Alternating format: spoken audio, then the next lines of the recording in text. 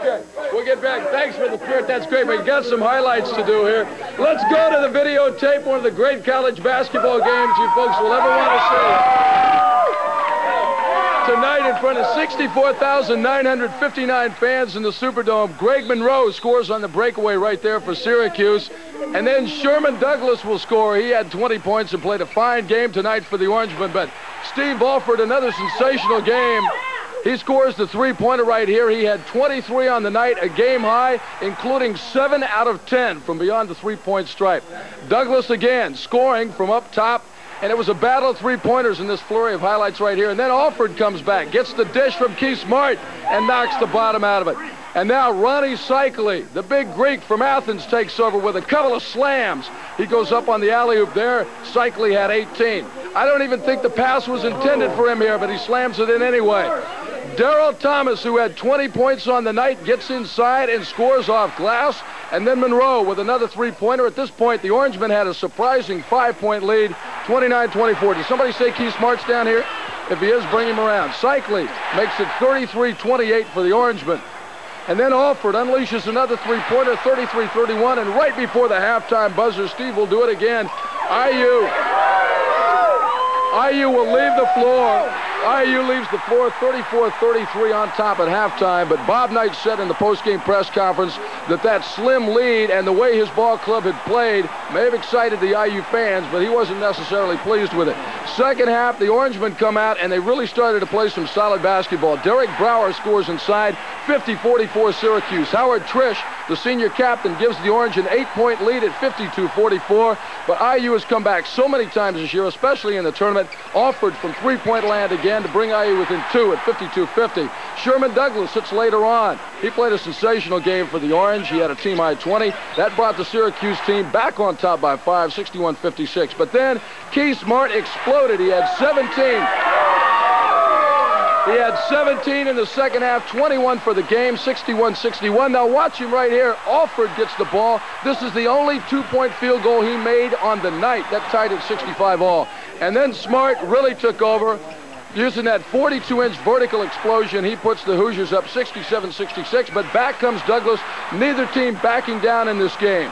A tremendous college game. Douglas scores on the layup, 68-67 Orange. Cycli later makes it 70-68 Syracuse with the power move inside, but then Smart puts Jim Boeheim back in his chair with this tremendous move, reverse 70-70. Sit down, Jim, sit down. And he did. And then Trish makes it 72-70 with a nice move inside, and then Smart brings IU back within 1. No thoughts of kicking the ball off to him, and he's going all the way with it. 30 seconds remain, IU down by 1. And then the freshman, Derek Coleman, a huge miss at the free throw line. And here's where it goes, folks, and you can just pick it up from right here because you see the clock winding down. IU trails 73-72, and they want to set something up, obviously, for Steve Alford. But Syracuse was planning on stopping Steve Alford, so they kick it over to Keith Smart. And Knight said they wanted to get into their offense with about 15 seconds left. Darrell Thomas, a good kick out, back outside, 16-footer. It's good!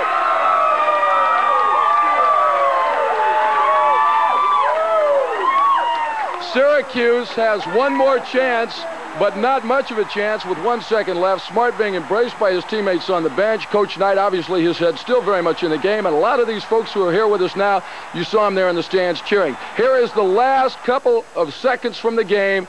And look, Keith Smart's the guy who picks off the inbounds pass. He did it all tonight. After the game, after this terrific celebration on the court at the Superdome, I had a chance to talk with Keith Smart, with Darrell Thomas, with Steve Alford, and all of these guys were about as happy as an athlete can be. Let's go to that interview. On the other side of the bench, obviously, the Syracuse Orangemen, you got to give them a tremendous amount of credit. These guys were crushed, but this is the #1 college team in America, the Hoosiers of IU. You really wanted the ball there in the final stages of the second half. Almost every time down, you were taking it to the hoop with a lot of confidence. Well, most definitely, because Ricky was out, and they was kind of leaving me a great deal open. So I had to kind of take things in my own hands and go to the bucket, and I was able to do that. Can you believe what has happened to you in the last year? Hey, this is a fairy tale, I guess. Maybe I'll wake up from it next year sometime and then believe it. But right now, I don't. I didn't look. I just closed my eyes and prayed. Hey, I was like, Keith, hit it, please. I opened my eyes, and I just saw it going through the net. I knew that we was up by 1, and I was hoping the towel would have ran out, but it didn't, so we had to say, for another play. There's no other way, I guess, for your career to end than with the national championship. There's no better way for my career to end. There's been, like I said, a lot of hard work, and I just give all that credit to the Lord and my faith. And there's been a lot of trying times, a lot of pressures, but an awful lot of joys in my 4 years at Indiana, and I don't regret one thing. And if I had 4 more to do over again, I'd sure come back. It's been an unbelievable experience. Were you going to get the shot? Were you supposed to take the shot? Well, we were going to look for me, but obviously we knew it wasn't going to be like at halftime where they let me loose. And we've done a good job all year of playing off me, and this was another case where we did a good job of finding Keith and playing off of me. It seems like every team you guys beat down the stretch had one thing in common, the inability to knock down the clutch free throw, and that's really one thing that seemed to separate you guys from the rest of the pack in the tournament. We've been a good free throw shooting all year long, and I do a lot of summer camps, and that's one thing I tell youngsters, that more times than not, in games that are won and lost, between the good teams, it's going to come down to foul shooting, simply because the teams are too good and there's not going to be a big differentiation in the field goals, and I'm sure there wasn't tonight. Free throws, in fact, they might have hit more free throws than we did tonight. But making free throws down the stretch especially, that's what it's all about, and that's what the game comes down to when you win or lose. Congratulations. Thank you very much. I appreciate it. And what a fitting end to a magnificent